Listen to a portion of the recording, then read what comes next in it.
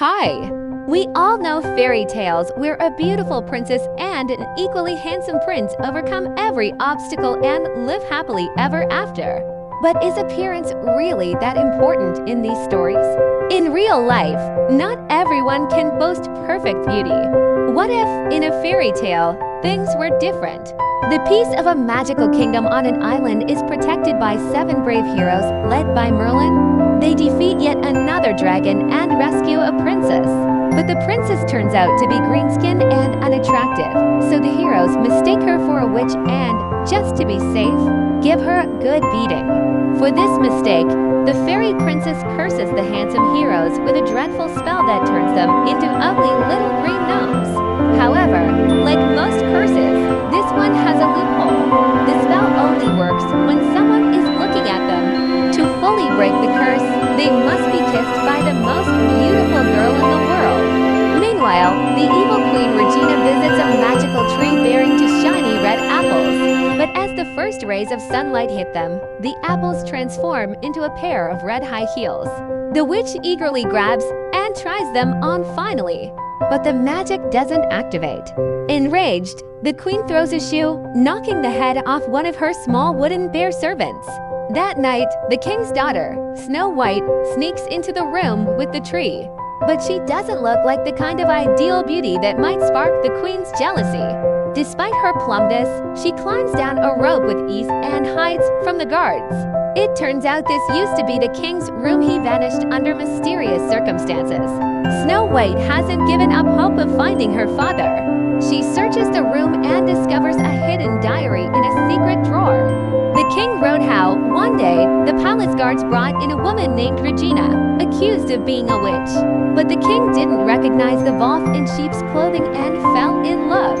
After they married, Regina brought a magic mirror into the castle, hanging it on the tree's branches. As the tree grew and spread, fewer and fewer servants remained. One day, the king saw Regina talking to the tree. She must be a real witch.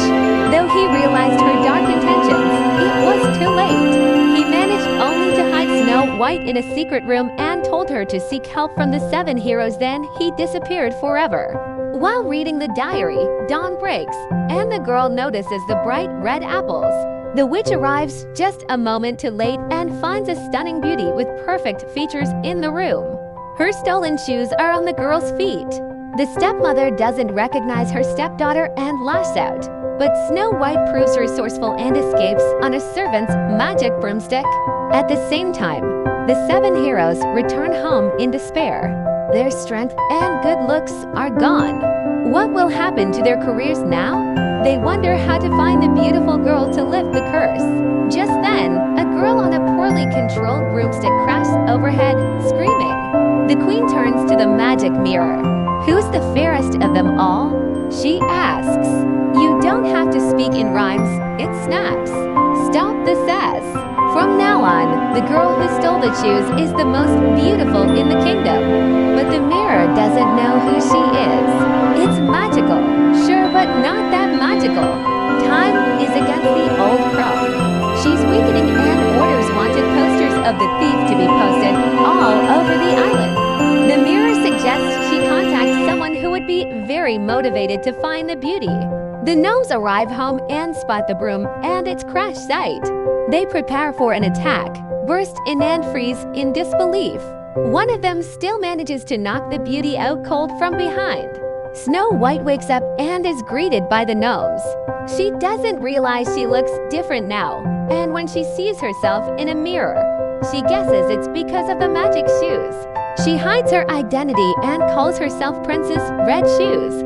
The 7 gnomes are Merlin the Mage, Arthur the Warrior, Neat Jack with his invisibility cloak and French accent, Hans the shield-wielding cook, and 3 inventors, Pino, Moki, and Kio. Coincidentally, they share names with the famous 7 heroes that Snow White is looking for. They claim it's just a coincidence the real 7 are missing too. They offer to help find both the heroes and her father, secretly hoping her kiss will break their curse. Prince Averages, that's his name, is throwing a birthday bash, but all the princesses are busy. The evil stepmother visits him and shows him a portrait of the beauty. If he finds her, he gets the perfect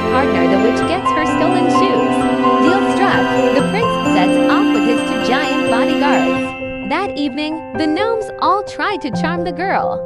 Merlin even considers using magic to win her heart. Snow White sees a shadow outside resembling her father and rushes into the forest. But it's no king, just a massive wooden rabbit monster. Merlin arrives in time. As Snow White looks away, the mage regains his true form and power. The same happens to Arthur until the girl looks back mid-fight. He pretends to be injured to steal a kiss, but is exposed by the others and slapped. The gnomes realize they need a plan and split up. Arthur pairs with Snow White, while Merlin stays to guard the captured overgrown rabbit. Arthur shows her the sword Excalibur stuck in stone. While he brags, she effortlessly pulls it free. Her heart is pure. Arthur is stunned, and she bashfully puts the sword back. He tries but fails.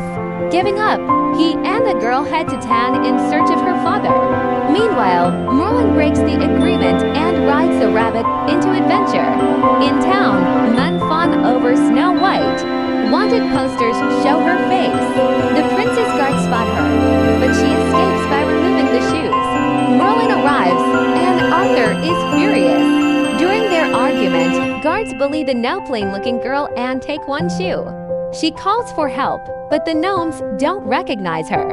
"I don't need help from anyone," she declares. Surrounded, she's saved by Merlin, who still doesn't know who she really is. She grabs her shoe, mounts the rabbit, and flees with her friends. She admits she's being hunted for the shoes but hides the fact she stole them. How can she find her father now that she must hide? Merlin cleverly stamps a huge message into a field, delighting the girl. The prince's guards and the queen's wooden rabbits track the message. The gnomes argue again over who deserves the kiss. Jack gives her a diamond ring. Then the prince arrives with his army. Arthur and Merlin are captured. The prince demands the rest surrender and hand over the beauty.